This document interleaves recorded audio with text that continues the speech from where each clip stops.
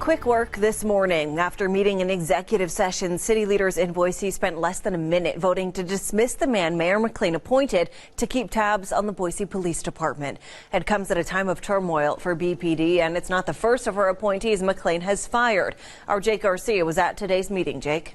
Well, Karen, this comes months after Mayor McLean asked for the resignation of former police chief Ryan Lee, and weeks after the city announces an investigation into BPD after a retired captain participated in a white supremacist event. Today's decision was swift.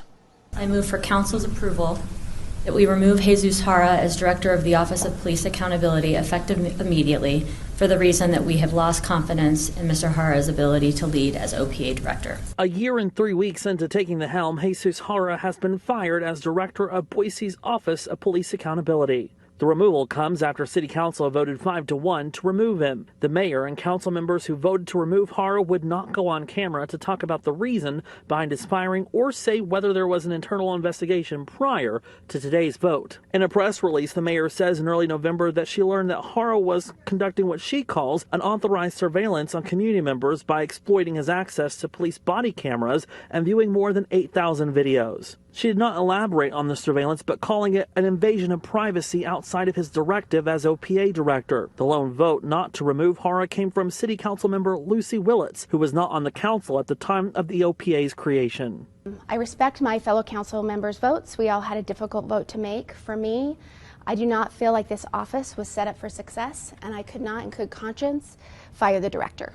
We do not know if the reviewing of the videos are the sole reason for his removal. When we asked the city if there were other factors, they would not answer, saying it was a personnel matter. When former police chief Ryan Lee was under investigation by Idaho State Police, Hara recommended that Lee be placed on leave during that investigation, but the mayor and city council did not take any action against Lee, standing by the former chief. It wasn't until multiple complaints against Lee about his temper and work relations that the mayor asked Lee for his resignation. Hara's attorneys say litigation is forthcoming and that Hara remains steadfast in his belief that, quote, integrity, accountability, and diligence will ultimately prevail over deceit, incompetence, and short-sighted political convenience. The city now trying to repair broken trust between the city and the police department and officers and those they're sworn to protect and serve.